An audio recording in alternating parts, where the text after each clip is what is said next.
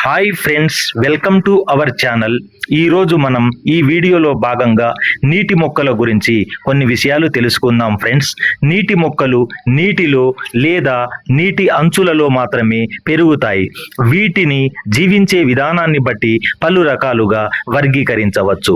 వీటి గురించి కొన్ని ముఖ్యమైన విషయాలు ఇక్కడ మనం తెలుసుకుందాం. నీటిపై స్వేచ్ఛగా తేలే మొక్కలు.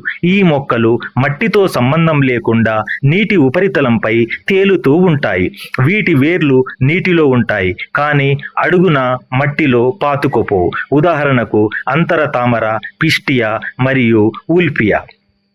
రెండవది పూర్తిగా నీటిలో మునిగి ఉండే మొక్కలు. ఈ మొక్కలు మరియు వీటి ఆకులు పూర్తిగా నీటి అడుగున మునిగి ఉంటాయి. ఇవి నీటిలోని కరిగిన ఆక్సిజన్ మరియు పోషకాలను తీసుకుంటాయి. ఉదాహరణకు హైడ్రిల్లా వాలిస్నేరియా. మూడవది వేర్లు ఉండి తేలే ఆకులు గల మొక్కలు.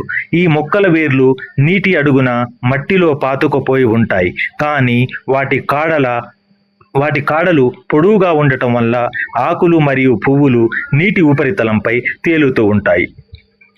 ఉదాహరణకు తామర పువ్వు, కలువ పూలు. నాలుగవది ఉభయచర మొక్కలు.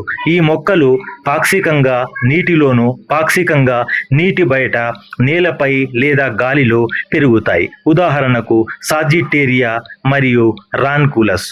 నీటి మొక్కల యొక్క ఉపయోగాలు. ఇవి నీటిని శుభ్రపరచడంలో సహాయపడతాయి.